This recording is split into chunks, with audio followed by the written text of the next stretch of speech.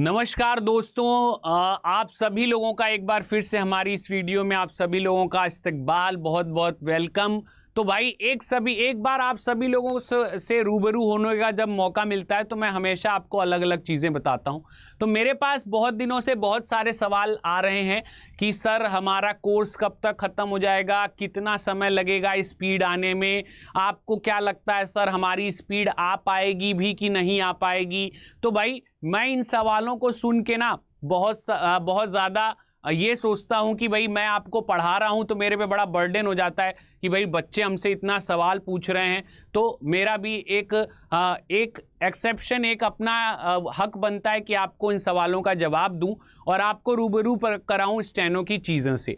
ठीक है, तो भाई देखिए मेनली आपका जो स्टेनोग्राफी का स्पीड होता है ना, जो आपका स्टेनोग्राफी का स्पीड होता है, डिक्टेशन होता है, जैसा कि आप सभी लोगों को पता है कि 80 WPM पे आपका टेस्ट होता है और 100 WPM पे टेस्ट होता है। तो ये जो स्पीड आपका डिपेंड करता है ना, ये जो स्पीड आपका डिपेंड करता है, ये स्पीड आपका किस चीज़ पे डिपेंड करता है आपको पता है? ये स्पीड डिपेंड करता है, speed always depend to your time. ठीक है, जितना आप टाइम देंगे उसी के हिसाब से आपका स्पीड के अंदर जो है चेंजेस आते हैं। ठीक है, तो अब कोई बच्चा हमसे पूछता है कि सर हमारे पास 3 से 4 महीने हैं, क्या हमारी स्पीड आ जाएगी? हमारे पास 2 से 3 महीने हैं, क्या हमारी स्पीड आ जाएगी? ठीक है, हमारे पास 6 से 7 महीने हैं, क्या हमारी स्पीड आ जाएगी? ठीक है, तो इस तरीके से मेरे पास सवाल आते हैं। तो भाई इन सवालों के जवाब मैं आप सभी लोगों को अलग अलग तरीके से दे सकता हूं।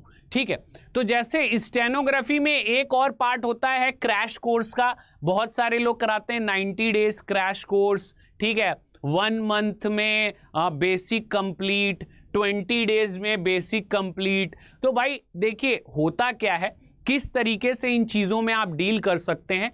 तो भाई मैंने जैसे कि आप सभी लोगों को बताया कि speed is equivalent to time. ठीक है, जो आपका स्पीड है स्टेनोग्राफी में डायरेक्टली प्रोपोर्शनल है, वो आप पढ़ते हो ना टर्म प्रोपोर्शनल, डायरेक्टली प्रोपोर्शनल, तो यहाँ पे स्पीड जो है वो टाइम के साथ डायरेक्टली प्रोपोर्शनल है। तो आप जितना समय देंगे उस हिसाब से आपकी स्पीड आएगी।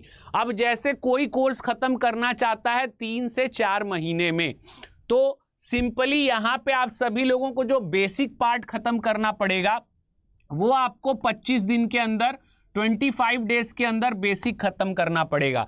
तो इस 25 डेज के अंदर अगर आपको बेसिक खत्म करना है तो आपको डेली जो है कम से कम 7 से 8 घंटे देने पड़ेंगे, तब जाके जो है ये वाला पार्ट आपका अचीवेबल है। तब जाके आप जो है 3 से 4 महीने में आप जो है 80 के स्पीड तक, या कह सकते हैं 80 to 100 के बीच में आपकी स्पीड वेरी करेगी। ठीक, फिर बात करें अगर आपको 2 से 3 महीने में करना है तो भाई ये जो समय है ये बढ़ के हो जाता है 12 to 14 आवर। ठीक है, 12 से 14 घंटे।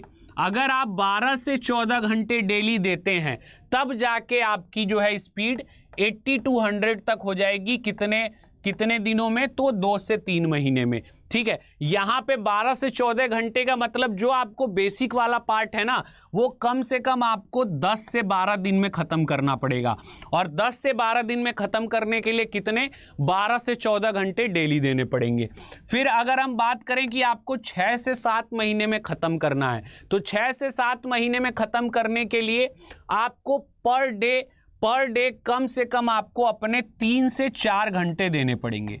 3 to 4 आवर, 3 to 4 आवर अगर आप डेली देते हैं तो यहाँ पे आपका जो बेसिक वाला टर्म है वो अप्रॉक्सीमेटली 2 से 3 महीने में, 2 से 3 महीने के बीच में जो है आपका बेसिक वाला पार्ट जो है खत्म हो जाएगा। तो भाई जो आपकी स्पीड आ रही है आप देख रहे हो, आपके सामने मैंने मंथ भी लिख दिया और आपके सामने मैंने समय भी लिख दिया। तो यहाँ पे आप सभी लोगों के सवालों का जवाब ये रहा कि भाई आप अगर चाहते हो कि आपकी स्पीड इतनी हो जाए तो कितने समय में करने के लिए कितना समय आपको स्टेनो के लिए देना पड़ेगा पर डे बेसिस पे।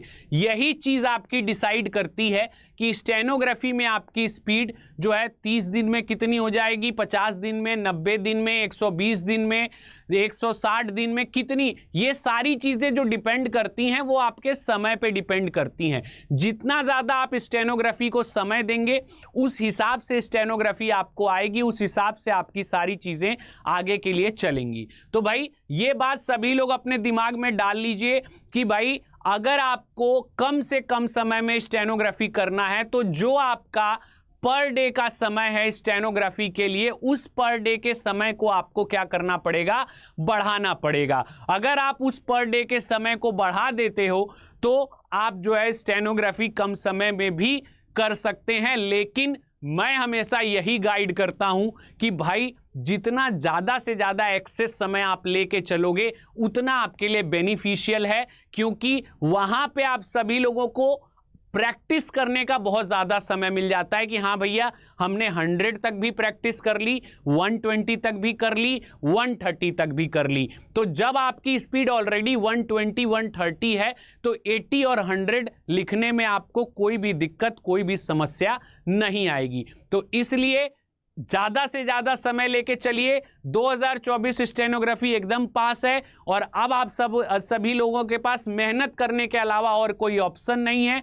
रिस्ट्रिक्टेड टाइम्स हैं, अब उस टाइमिंग के अंदर आपको अपनी स्टेनोग्राफी स्किल को इम्प्रूव करना है। तो भाई हमारे साथ पेड बैचेस में जुड़िए, जो कि हमारा पेड बैचेस जो है चलते हैं रात को 9 से 9:50 इंग्लिश स्टेनो का पेड बैच चल रहा है। इसमें ज्वाइन हो जाइए और बैचेस को परचेस करने के लिए कोड अप्लाई कर दीजिए Y922। इस कोड के द्वारा आप बैचेस के अंदर जुड़ सकते हैं, अपनी तैयारी शुरू कर सकते हैं और स्टेनोग्राफी में अपना फ्यूचर बना सकते हैं। चलिए आज के लिए इतना ही रखेंगे, मिलेंगे अगली वीडियो में कुछ नए टॉपिक्स के साथ। बहुत बहुत धन्यवाद। जय हिंद, जय भारत।